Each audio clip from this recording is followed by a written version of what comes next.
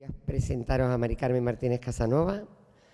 Mari Carmen es una doctora, yo digo, de esas con una humanidad fuera de lo normal, es médico de familia, que movida por todas las personas con cáncer que le llevaban a su consulta, le hizo plantearse ya, pues hace 4 años, ¿no, Mari Carmen? Estudiar oncología. Y se ha hecho, aparte de ser médico de familia, es oncóloga. Tienes unos proyectos maravillosos, me encanta, porque es una mujer luchadora que da todo por lo que cree. Entonces ella cree que deben existir unos nuevos cambios para que el apoyo y desde el punto de vista médico al paciente de cáncer sea mejor, y en eso está ella ahora mismo. Y ya nada más, solo deciros que os va a hablar de un tema que también ella lleva luchando mucho, pues, para romper antiguas creencias y que lleguéis a conocer todos los nuevos avances que ha habido en este campo. Pues Mari Carmen Martínez Casanova. Vale. En primer lugar, darle las gracias a la asociación por invitarme, por darme esta oportunidad de contarlo. Muchas gracias a mi amiga Paloma, sin la que sería imposible este congreso. Y este congreso lo considero muy importante porque es una forma de aproximarnos los profesionales y todos los que viví el cáncer de forma más directa, única, fuera de la consulta y en otro tipo de ambiente y en una base científica, lo considero importantísimo. Así que muchísimas gracias por esta oportunidad. La pregunta que voy a intentar responder es la que en algún momento se hacen muchas mujeres y que también los hombres. Lo que pasa es que yo, la charla de hoy, porque la de los hombres, el organismo lo ha hecho más fácil, el preservar la fertilidad es tan fácil como coger esperma y congelarlo. Como la mujer es un poquito más complicado y ha tenido más dudas y más implicaciones, hoy lo voy a dedicar al tema de la mujer, pero que también el hombre tiene el problema de preservación de la fertilidad después de un tratamiento oncológico. Y la pregunta es, hoy tengo cáncer, pero ¿cómo puedo tener una familia mañana? Voy a hablar un poquito que el cáncer no es una enfermedad tan rara. Antes la primera enfermedad eran las enfermedades cardiovasculares y hoy día ya es el cáncer. Hemos controlado más las enfermedades cardiovasculares y el cáncer vamos controlando los tratamientos, pero la incidencia está ahí, hay mucho cáncer. Cada año hay 215.000 nuevos pacientes de cáncer en España. Y de estos pacientes, muchos, eso eran cifras del año 2012 y estas son las cifras de este año, está aumentando. Y estos nuevos pacientes con cáncer, aunque la mayoría, el cáncer es un factor que se da en la edad. Con la edad nuestras células se multiplican más y hay más probabilidad de que haya un error en la multiplicación de la célula, que es donde puede surgir el cáncer. Pero el cáncer también se da en gente joven. Y tenemos 40.000 nuevos casos de cáncer en personas menores de 65 años. Y de estas personas, en mujeres. Y de estas 40.000 mujeres menores de 65 años, al menos 15.000 están en edad reproductiva. Y estas mujeres en edad reproductiva se juegan con el tratamiento perder su fertilidad, perder la capacidad de tener hijos, tener una menopausia precoz. El cáncer de mama más frecuente en la mujer el cáncer de mama es el más frecuente en la mujer.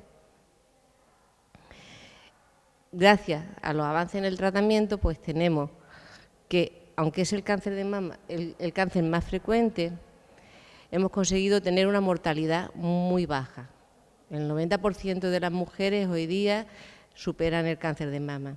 Entonces tenemos muchas mujeres que han tenido un cáncer de mama y que tienen una vida activa durante muchos años y que muchas le hubiese gustado o quieren tener una familia.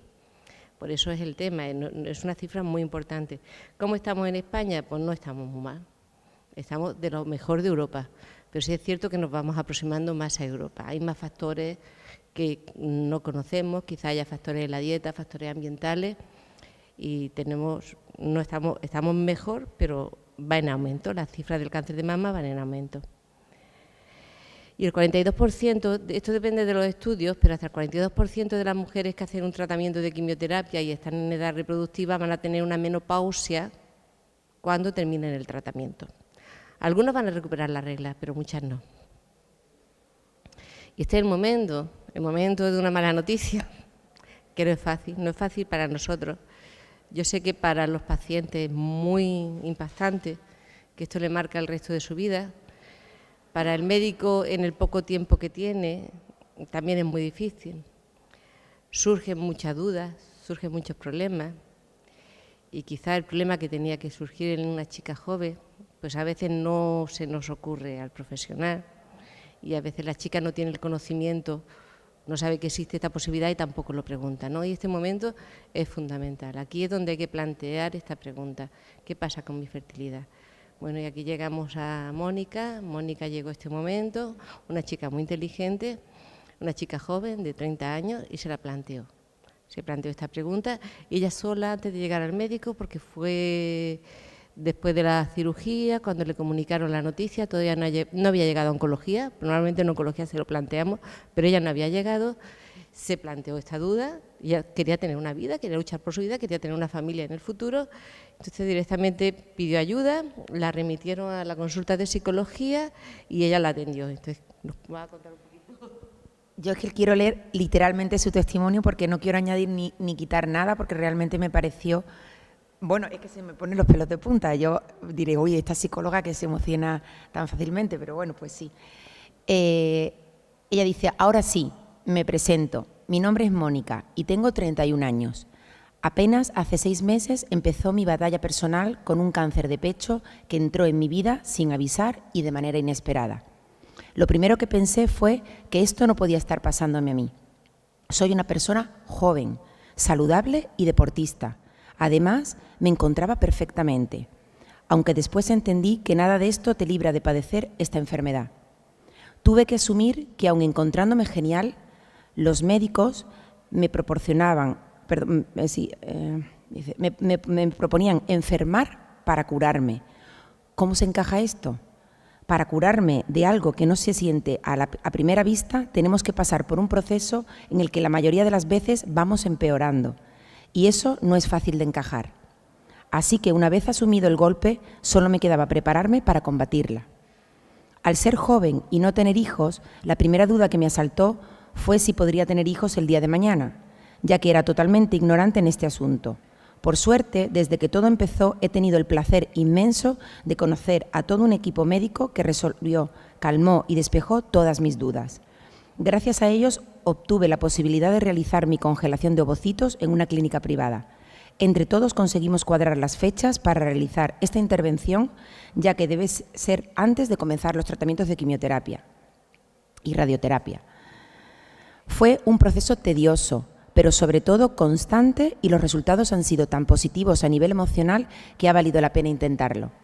Después de hablar con los médicos, enfermeros, psicólogos, también entendí que realmente es como un seguro de maternidad para un futuro, ya que el padecer cáncer no significa que no pueda ser madre de manera natural. El tratamiento no tiene por qué ser sinónimo de no fertilidad, pues influyen muchísimos factores. Por lo tanto, la congelación de ovocitos es una forma de guardarnos un as bajo la manga por lo que pudiera pasar.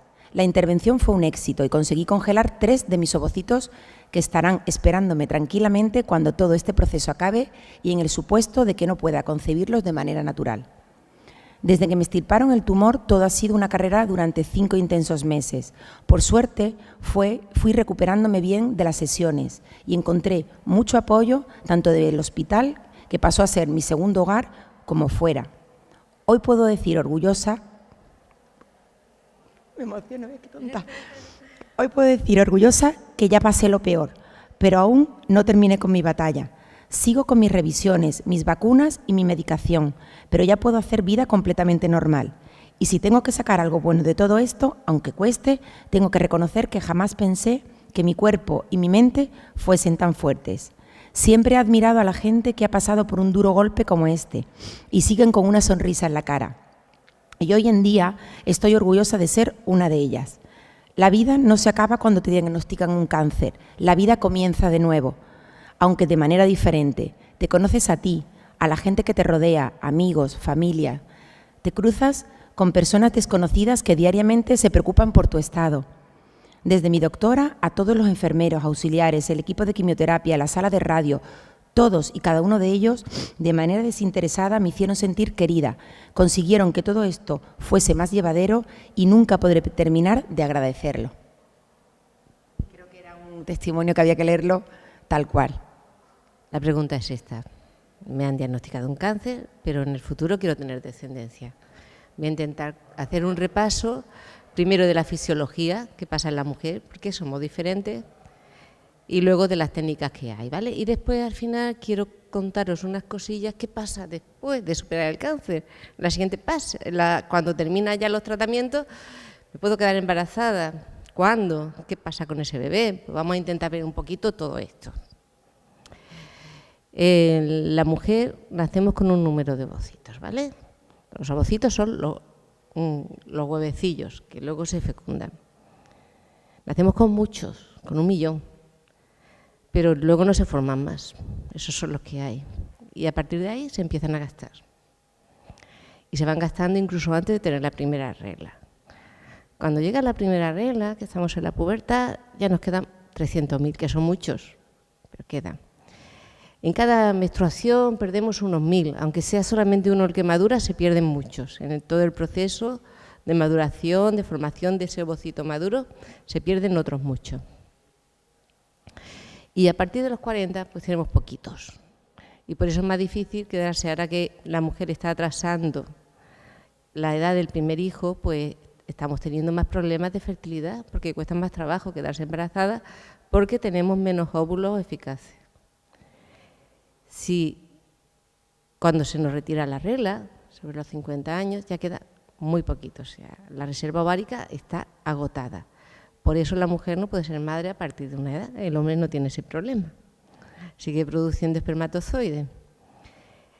Si a esto le hacemos alguna injuria, como puede ser una quimioterapia, pues lo que hacemos es adelantar esta menopausia.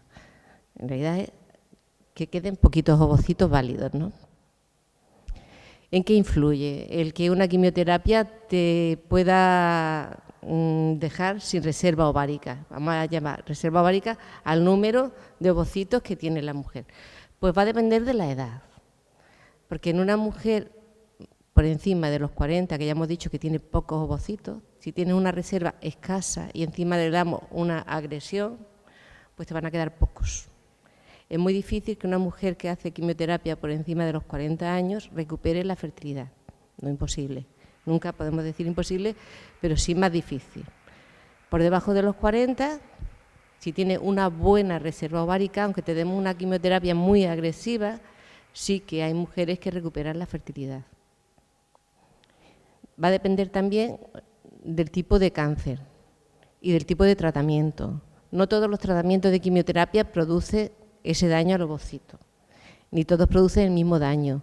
También va a depender si es un tratamiento con un fármaco o es un tratamiento con una combinación de fármacos. También va a depender si te dan radioterapia. Hay diferentes formas en que el ovocito, en que la quimioterapia actúa sobre el ovocito. Puede ser en el proceso de maduración. Si la quimioterapia actúa donde pone ahí reclutamiento cíclico o en la fase próxima a ese, siempre vamos a tener la reserva ovárica abajo. La quimioterapia sabemos que actúa en la división celular.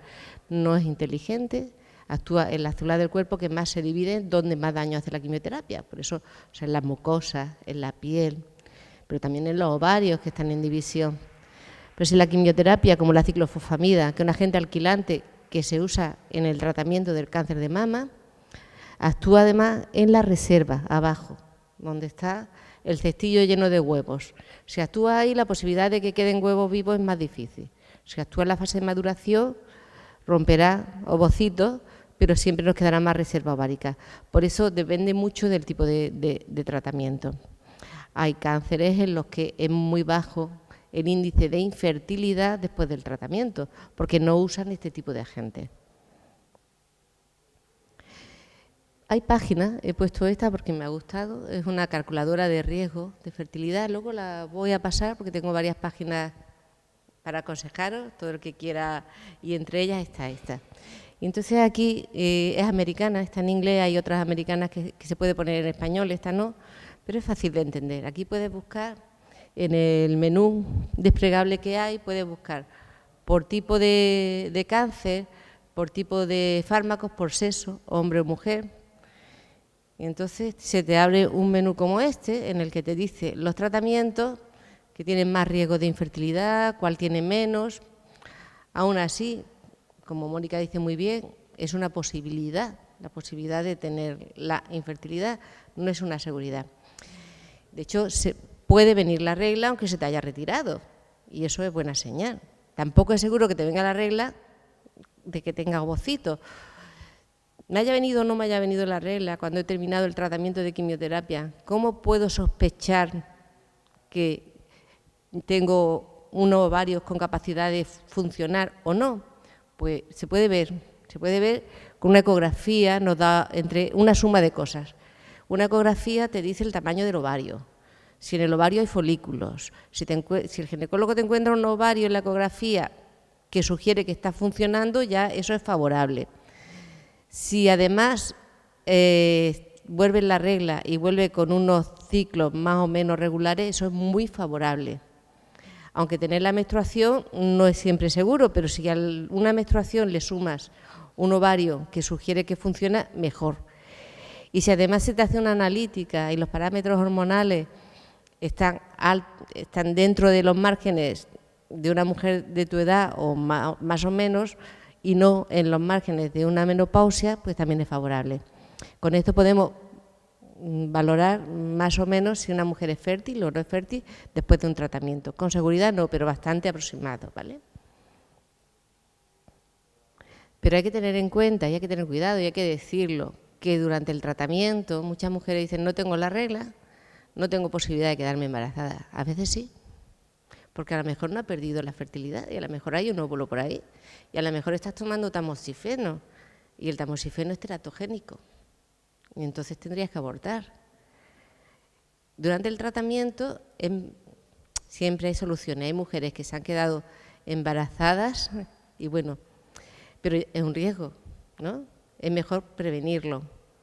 Entonces, durante el tratamiento sí es aconsejable en las mujeres jóvenes, sobre todo por debajo de 40 años, que no sabemos cómo va a ir esa fertilidad, que hasta que no finalicen el tratamiento usen un método anticonceptivo. Ese momento no es el momento de quedarse embarazada. Ya llegará.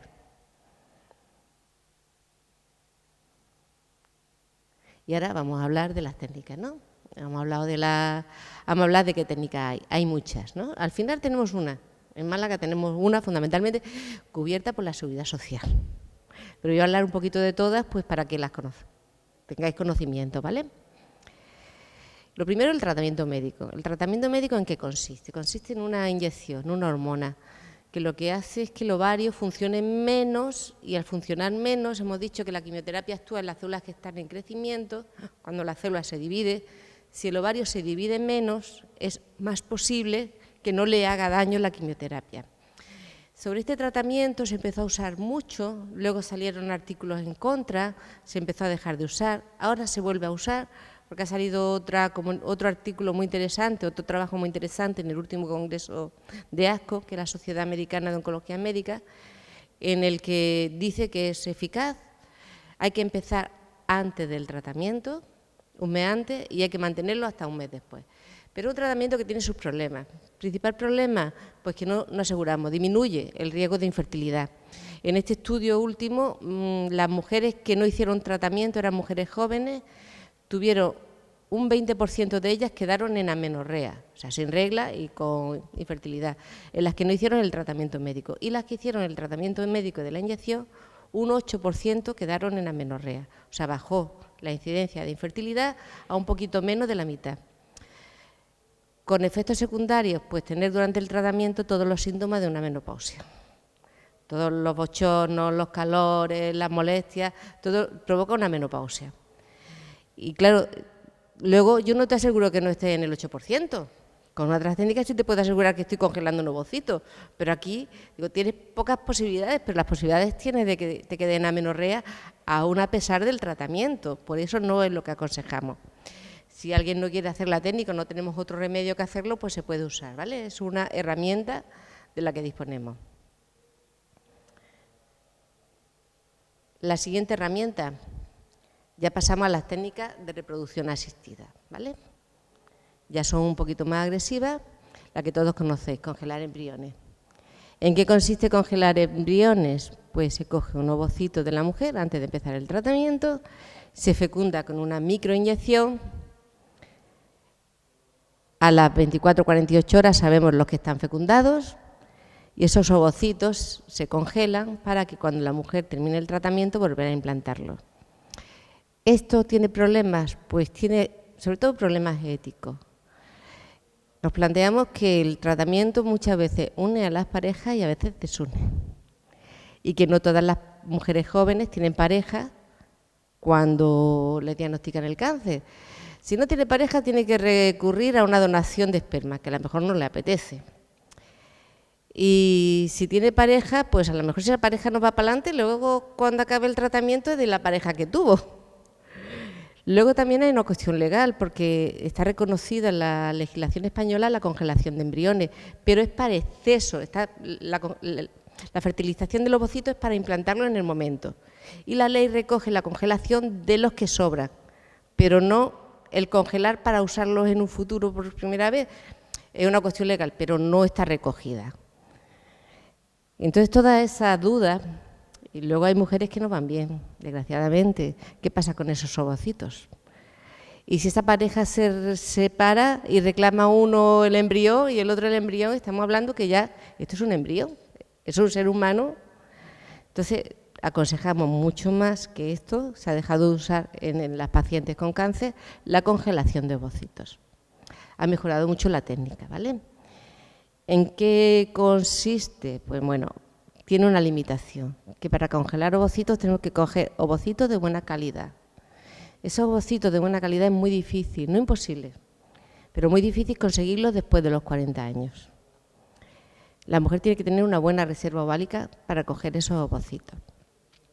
Y para que esos ovocitos se produzcan tenemos que tener tiempo, porque hay que darle un tratamiento, porque no nos basta con un ovocito que formamos cuando tenemos la ovulación, necesitamos más, porque si coges uno y no está bien, no puedes esperar otro ciclo, tienes que coger en ese momento y congelar varios por si luego la implantación falla. Entonces, esta técnica cambió mucho desde que se usa la vitrificación. ¿En qué consiste la vitrificación? Pues consiste en una forma especial de congelar que hace que estos ovocitos, cuando se descongelan, y es por lo que se usa ahora más que la congelación de embriones, tengan la misma capacidad de manejo, la misma vitalidad que un ovocito fresco. Se ha visto que con la vitrificación tenemos un 94% de equivalencia con un ovocito fresco. O sea que al cabo de los años es como si te acabáramos de coger el ovocito.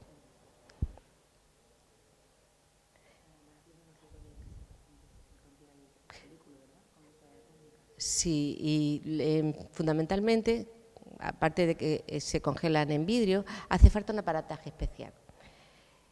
Y lo que hace es un enfriamiento muy rápido. Y entonces, igual que existen los frigoríficos de Frost, pues aquí no se forman los cristalillos. Y el que no se formen esos cristalillos hace que luego esa célula sufre menos. Este aparataje que hace falta para esto, hasta hace menos de un año, pues no lo teníamos en Málaga. Y entonces teníamos que mandar a las mujeres a Granada o a Sevilla, lo que suponía, con la limitación de tiempo que tenemos, un problema más. Afortunadamente ya lo tenemos en el materno infantil y ya tenemos varias mujeres que lo han hecho en el materno infantil, ¿vale? Con esta técnica.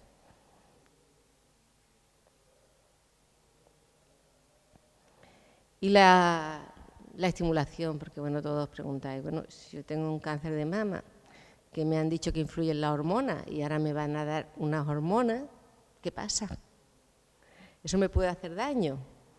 Bueno, pues se ha visto, antes se hacía la estimulación con tamoxifeno. El tamoxifeno es un tratamiento del cáncer de mama y del cáncer de mama hormonal, que se ha visto que no hace daño, al revés.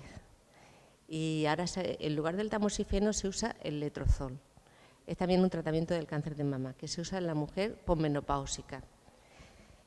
Y produce picos de hormonas, 380, Es muy parecido, si veis, más bajo que los que hay a la izquierda, con el tamoxifeno o con los otros fármacos, dan picos de hormonas más altos, mientras que el letrozol da unos niveles de hormonas parecidos a los que tienes cuando tienes la regla. Si tienes la regla vas a tener ese pico de hormonas, con lo que no te está haciendo ningún daño.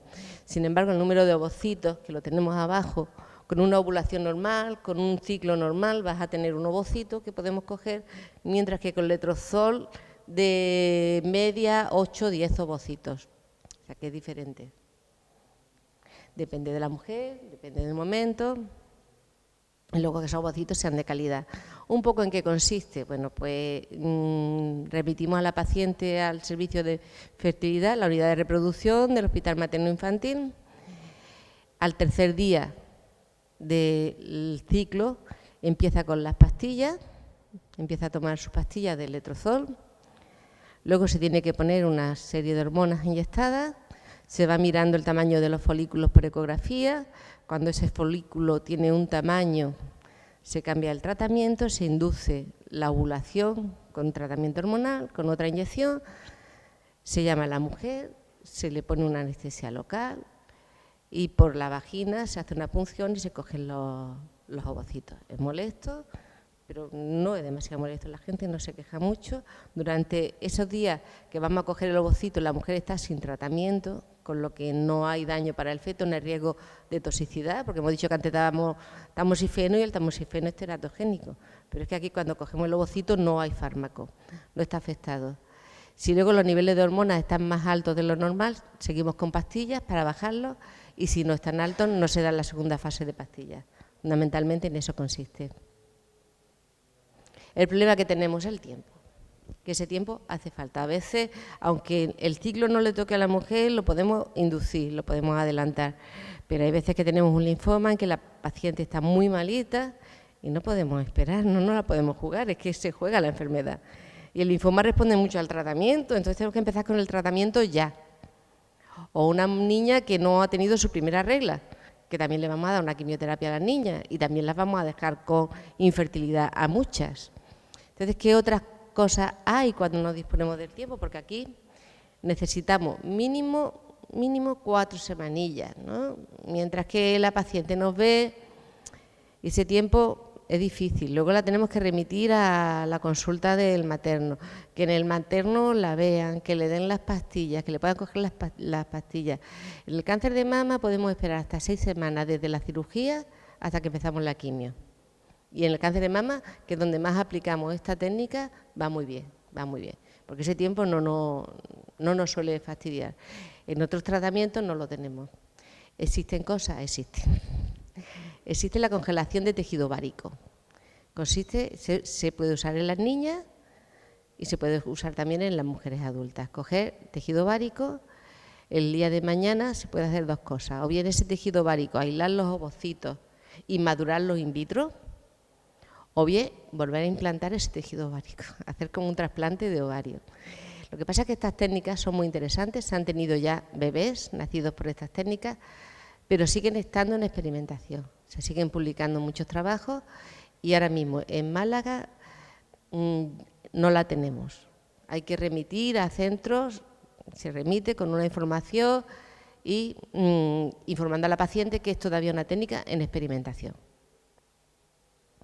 Muy interesante, normalmente el tejido que tiene más ovocitos es de la corteza ovárica, se puede coger el ovario entero o se puede ir recortando solo la corteza ovárica, que parece que da más resultados. Una vez que tenemos este tejido, se vuelve a implantar y bien se implanta en el mismo ovario, incluso se está implantando en otros tejidos. En otros tejidos como puede ser siempre la grasita. En la grasita del brazo o en la grasita de la barriga. ¿Eso qué hace? Pues que la mujer tiene ahí sus ovocitos, siguen siendo sensibles a los cambios hormonales del ciclo. Cuando la mujer tiene un ovocito maduro o yo le puedo inducir una maduración, me va a ser más fácil cogerlos si están aquí que tener que llegar al ovario y se ha demostrado que es eficaz. Todavía no hay suficiente experiencia, es más agresivo, es más caro y se han visto sobre todo el riesgo en leucemias. La leucemia es una enfermedad que está muy diseminada y entonces hay riesgo de que pueda haber células tumorales en ese tejido y que a una paciente que está curada se le pueda volver a implantar.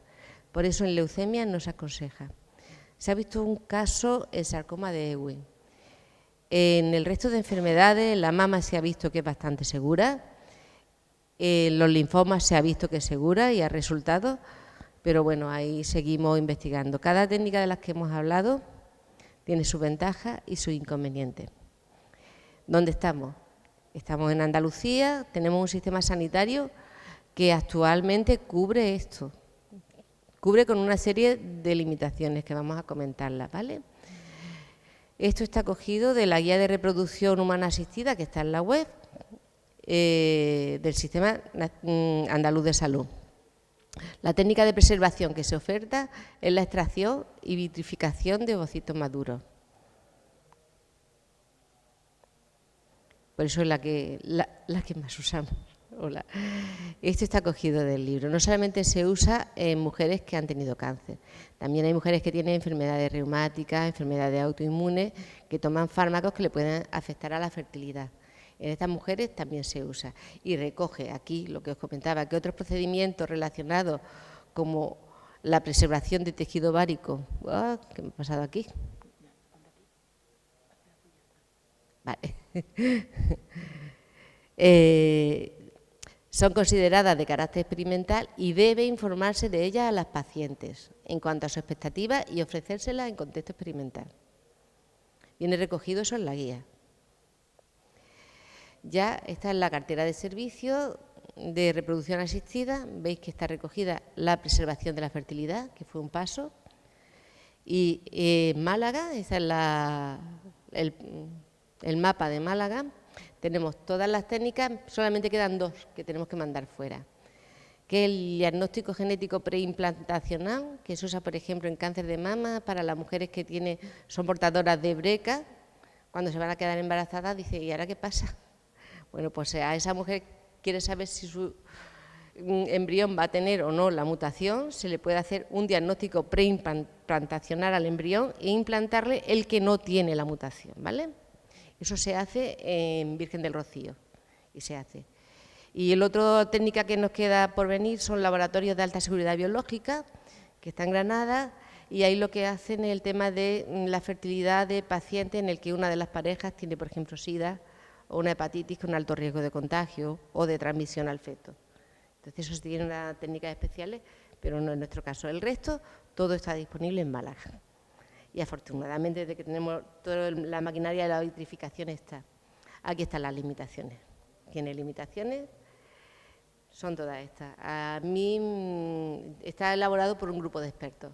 Entonces, yo no puedo decir nada. Me parece un poco baja. Yo lo estuve comentando con ellos, el límite de la edad. Se ha puesto la edad para que lo financie el sistema de salud con 35 años.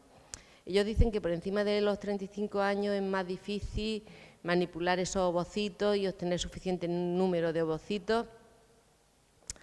Pues no sé si en la próxima revisión se ampliará la edad, cuando se vaya ampliando la técnica. Yo creo que debería de estar un poquito más. Yo pensaba que era los 38 y me llevó una sorpresa cuando vi esto. Queda la posibilidad de hacerlo privado. Hay muchas clínicas de fertilidad en Málaga y en todas partes y funciona igual. El sistema es el mismo, que la ventaja de que no cuesta nada. Y luego otra limitación que han puesto es el tener hijos previos, que tampoco debería de estar porque a lo mejor tienes un hijo y quieres ampliar, pero bueno, son limitaciones legales que nos encontramos. El resto son complicaciones médicas, ¿vale? Y ya se ha pasado el mal rato, ya han pasado los tratamientos, ya no dice tengo, dice tuve un cáncer y ahora quiero tener un hijo. ¿Qué pasa con ese embarazo? Porque surgen muchas dudas, ¿no? De hecho, surgen tantas dudas que muchos médicos, los médicos, hemos desaconsejado el embarazo a las pacientes. Incluso a la mujer que se ha quedado embarazada le hemos dicho que aborte por nuestro propio miedo, porque no se sabía, ¿no? Sobre todo en tumores que son hormonosensibles, como la mama. Digamos, mira, que es un riesgo porque no hay estudios, no sabemos qué puede pasar y nuestro miedo a qué era. Bueno, pues no sabíamos si esta mujer iba a tener más riesgo de recurrencia, no lo sabíamos. No sabíamos si suponía un riesgo para el feto el haber hecho una quimioterapia, si esos ovocitos habían quedado dañados de alguna forma, si estas mujeres iban a tener más riesgo de aborto que la población, y si no era así, ¿cuánto tiempo? ¿Cuánto tiempo desde la quimioterapia habría que esperar para ese embarazo? Bueno, pues estas preguntas se empezaron a aclarar en los años 90, no tan así reciente. Hemos estado con esa duda, a lo mejor porque la medicina ha estado en manos de hombres y cada vez vamos más mujeres y no se le había dado la importancia. Y a partir de los 90 es cuando empiezan a surgir estudios. Y empiezan a surgir los primeros estudios. Y estos primeros estudios nos dicen que la mayoría son mujeres que se han quedado embarazadas sin que se haya preservado la fertilidad. Hemos dicho que a veces la fertilidad se conserva. Mujeres que han pasado un cáncer de mama, cogemos nuestros archivos, vemos las pacientes y vemos las que después de los tratamientos han recuperado su regla, han recuperado su ovulación y se han quedado embarazadas de forma espontánea. Y entonces hacemos un análisis y comparamos la supervivencia, cuánto han vivido, cuánto han tardado en recaer las que han recaído, cuántas complicaciones han tenido, las que se han quedado embarazadas de forma espontánea con las que no se han quedado embarazadas. Y hacemos una comparación, y esos son estos estudios. Y nos llevamos la sorpresa, pues que no suponía el embarazo un riesgo para la mujer, que las mujeres que se quedaban embarazadas no iban peor, incluso en muchos estudios las mujeres iban mejor. Eso sorprendió muchísimo. En el año 2011, que fue lo que ha cambiado un poquito toda la historia de este tema y lo que ha abierto muchas puertas, el cambio de mentalidad, que todavía estamos metiéndolo en muchos oncólogos, que cuesta, pues se publicó este metaanálisis. ¿Qué es un metaanálisis? Un metaanálisis es que tú coges todos los estudios que hay publicados hasta la fecha de esto, los coges todos y dices, este no vale porque tiene un defecto metodológico, o sea, haces una criba y te quedas con los buenos. Y una vez que tienes los estudios buenos, haces un análisis matemático, un análisis estadístico y llegas a un resultado que te da la media de todos los estudios, porque claro, se le critica mucho a los estudios que son poblaciones pequeñas, pero si yo hago un metaanálisis y sumo las poblaciones de todos los estudios, este tiene 30, 40, y hago el análisis estadístico, no es lo mismo hacerlo con 50 que con 500, la probabilidad de que sea verdad es cuanto más alta es la población. Entonces tenemos aquí los análisis, si los puntitos que son de cada análisis estuvieran en el lado de la barra para allá, sería que las mujeres que se han quedado embarazadas van peor. Sin embargo, todos los estudios más o menos, unos mucho mejor, otros casi igual, pero todos veis que están en las de mejor. Se hizo el análisis estadístico y veis que el puntito gordo de abajo, en la media de todos los estudios, está en 0,50 y algo. ¿Eso qué quiere decir? Pues que según este metaanálisis reduce el riesgo de muerte de las mujeres en un 41%. O sea que no solamente no van peor, sino que van mejor. Surgieron muchas hipótesis aquí, ¿no? Porque en principio no lo creíamos. Y todavía hay dudas, todavía hay dudas. No dudas, porque está claro que no van peor, eso está claro. Ahora, ¿el por qué van mejor? Pues hay muchas explicaciones. Una de ellas es lo que se ha llamado el efecto de la madre sana. Lógicamente, una mujer que se queda embarazada porque ha recuperado la regla y porque a lo mejor está más sana que la que no se queda embarazada. Entonces, esa mujer es normal que viva más. Además, son mujeres, se ha visto que se suele pillar el cáncer en estadios más tempranos. Hombre, el hecho de quedarse embarazada hace que tengan más vigilancia médica. Y a lo mejor también después del embarazo, por el miedo a la recaída, van más a su oncólogo. Y eso hace que la recaída se diagnostique en estadios más tempranos, donde es más fácil tratar. Eso se llama efecto de la madre sana. Y entonces, para verlo, se hizo un estudio y se cogió a cada mujer que se ha quedado embarazada con otra de las mismas características. Por lo mejor eran mujeres más jóvenes, o pues vamos a coger a esta mujer que se ha quedado embarazada con otra que no se ha quedado embarazada de la misma edad, con un estadio tumoral el mismo, vamos a hacer una comparación. Y por cada mujer que se ha quedado embarazada vamos a coger 3 de las mismas características que nos han quedado y vamos a hacer el análisis. Aún así seguía saliendo el beneficio para la mujer que se quedaba embarazada. Se dijeron que era un beneficio hormonal porque antes de tener tamoxifeno y el letrozol, pues uno de los tratamientos para el cáncer de mama era dosis altas de estrógeno. Y eso que no sabíamos lo de los receptores hormonales. Pero también es porque el sistema hormonal es muy complicado y a veces dosis altas de estrógeno produce inhibición de la glándula. Es que hay cosas que no conocemos, no lo sabemos. Las causas no lo sabemos. Se han seguido haciendo estudios. Se le ha criticado que eran estudios retrospectivos, se han seguido haciendo. Este estudio se comparó a las mujeres, porque decían, bueno, es que tampoco sabemos si esa mujer era con receptores hormonales o no, si las que tienen receptores hormonales realmente pueden ir peor, que era un poco el miedo. Bueno, pues este estudio incluía y separaba a las mujeres que tenían receptores hormonales y las positivos y las que tenían receptores hormonales negativos. Y se vio, esto es la supervivencia libre de progresión. ¿Qué quiere decir la supervivencia libre de progresión? El tiempo que pasa hasta que la mujer tiene una recaída. No todas recaen, por eso la curva está por encima, pero sí, muchas mujeres vuelven a recaer. Y entonces se vio que la línea amarilla son las mujeres que se han quedado embarazadas y la línea azul las mujeres que no se han quedado embarazadas. Sí que es cierto que en la parte de abajo la diferencia, el beneficio parece más en las que son receptores hormonales negativos, la de arriba es lo positivo, pero y la de la izquierda es todas las mujeres agrupadas, ¿vale? Pero tanto en uno como otro, lo que está claro que las que se quedan embarazadas no van peor, van en las 3 líneas mejor. Lo que pasa es que la diferencia es tan pequeña que decimos que no es significativa. Entonces, con estos estudios no podemos decir que es un beneficio quedarse embarazada, pero con este estudio sí podemos decir que no se va a perjudicar por quedarse embarazada. Esto es de recaída. Vamos a ver la supervivencia. Vamos a ver si estas mujeres viven más años, las que se quedan embarazadas, que las que no. Pues los resultados son incluso más favorables para las que se quedan embarazadas que en el anterior de recaída. No llegan a ser significativos, muy parecido al anterior, en los receptores hormonales donde hay menos beneficios, pero las mujeres que se quedan embarazadas no van peor, ¿vale? Y sabemos que la mujer no va peor, pero ¿qué pasa con el feto? ¿Qué pasa con ese niño? ¿Va a tener más problemas? Pues también nos lo hemos preguntado y se han hecho estudios. Entonces se ha visto el número, ya tenemos muchas mujeres que han superado un cáncer, que se han quedado embarazadas, vamos a recoger todos los niños y vamos a ver la incidencia de malformaciones.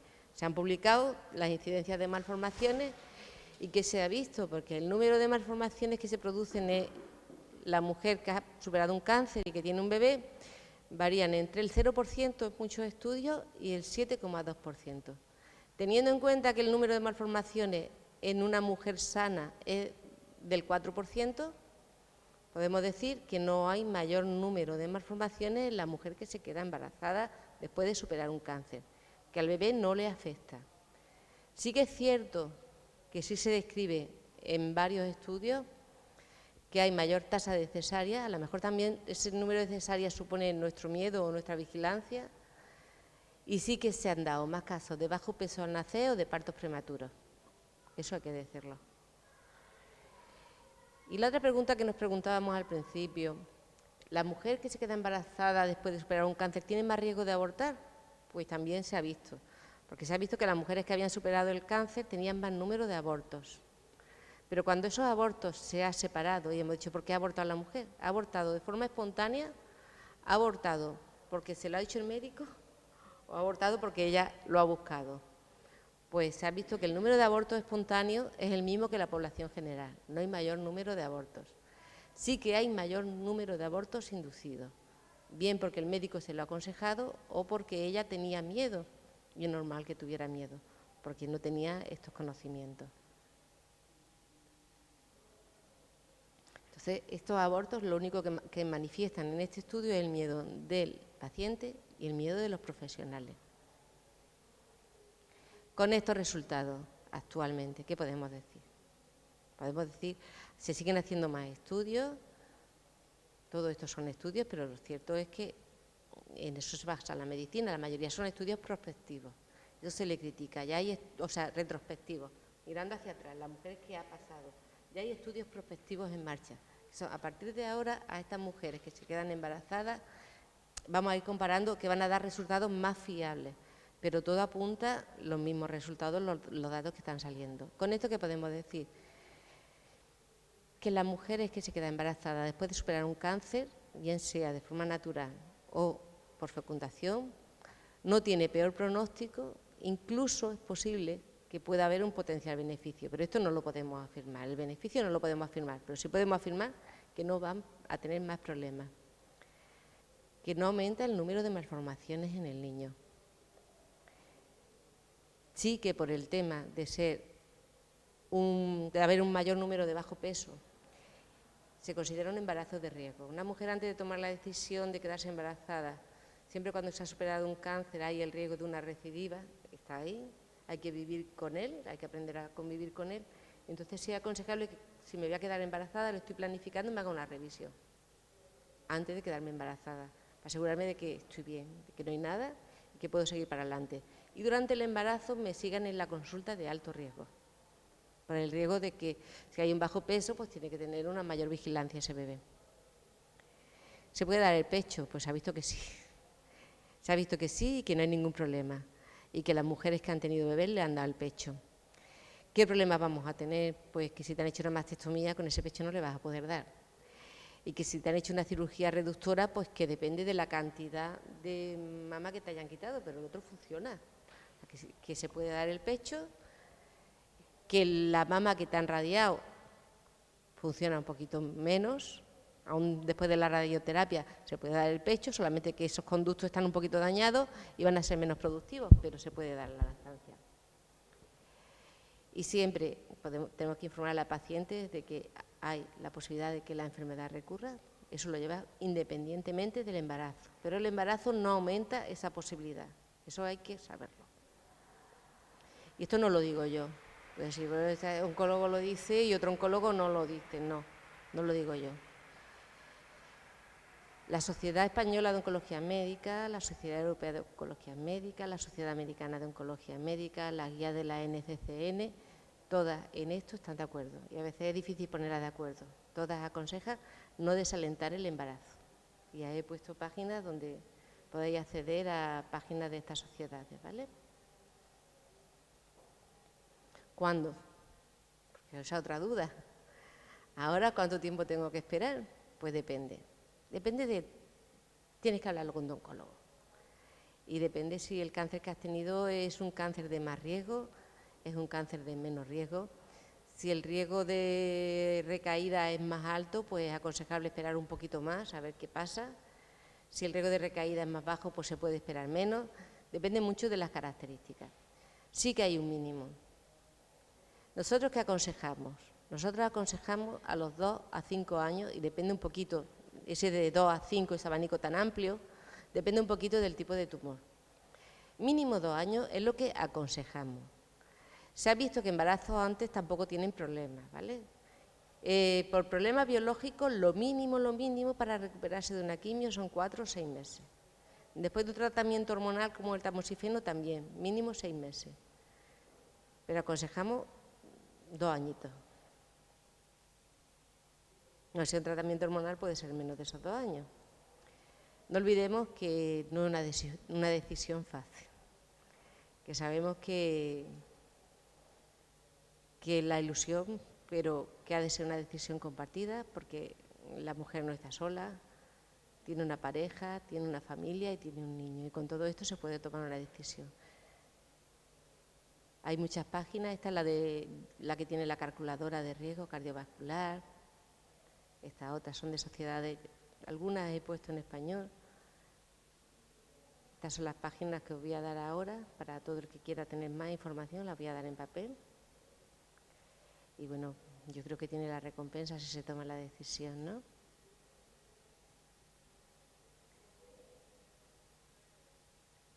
Y daros muchísimas gracias por la atención y todas las preguntas, y que me contéis un poquito vuestra experiencia ahora.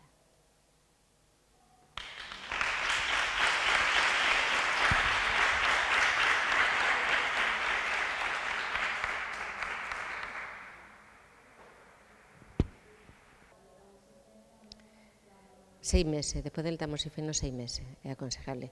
La edad límite de los 35 años no es para la fecundación. O sea, en tu caso ya no estamos hablando de preservación. La preservación hay que hacerla antes del tratamiento, que es la edad de los 35 años. Entonces, en tu caso no te pillas a ese límite. Tú lo que pasa es que cuando termines el tratamiento no sabemos si te ha afectado o no. Entonces, lo que hay que hacer es un estudio básico de fertilidad, que lo cubre la Seguridad Social y tienes derecho. Y puedes pedirlo incluso a tu médico de cabecera y que te mande a hacerte ese estudio básico de fertilidad, ¿vale? Porque a lo mejor no te hace falta. Eso es lo primero. Ese estudio básico de fertilidad te lo puedes empezar a hacer en cuanto termines el tratamiento, al mes siguiente, a los 2 meses, por darle un poquito al cuerpo. Ahí puedes empezar a hacerlo. Con seguridad no sabemos si te va a venir la regla o no, ni sabemos cómo va a quedar. Esa fertilidad a lo mejor no la podemos asegurar hasta que no han pasado 6 meses, que es cuando podemos ver si te puedes quedar embarazada. Entonces, ese tiempo lo puedes aprovechar para iniciar la derivación y para iniciar el estudio. Una vez que se vea el estudio, pues ya te diremos lo que necesitas. Te lo dirán los médicos del materno, pero a lo mejor no necesitas nada.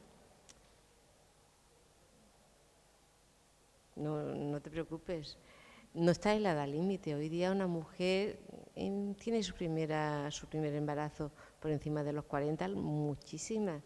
Tú estás por debajo de los 40.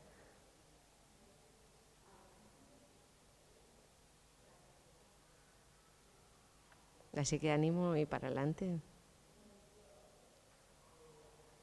En un momento dado, si no tienes reserva ovárica, puedes optar por lo que dice ella, la donación de ovocitos, que funciona y que funciona muy bien.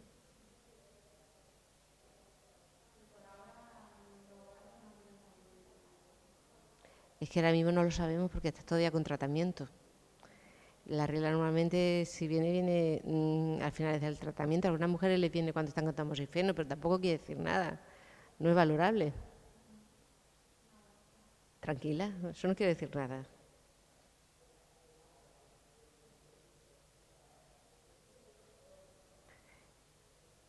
¿Alguna cosa más? ¿Alguna duda? ¿Alguna cosa? También. Agradecerte de corazón el que hayas estado aquí. Tenemos mucha suerte por contar con ella, es una gran médico. Yo siempre digo que el médico no es solamente el científico, sino también la parte humana, que es tan importante, y en un proceso como el vuestro, creo que es una de las situaciones en las que la parte humana del médico es tan importante, y Mari Carmen es una gran médico. No sé qué os habrá parecido a vosotros. A mí me ha parecido una exposición muy clara en la que todos los conceptos se han explicado de una forma muy sencilla, y que espero que vuestras dudas, si las teníais, hayan quedado aclaradas y vuestra información al respecto se haya visto ampliada, porque desde luego a mí me ha gustado muchísimo y algunas dudas que tenía pues me han quedado muy claras. Mari Carmen, de verdad, muchas gracias. Y nada, vamos a dar por concluida esta mesa, que ahora a las 12:30 empieza otra. Muchísimas gracias por estar aquí. Os dejo aquí las páginas. Os la reparto, yo la reparto ahora. Gracias. Gracias a vosotros.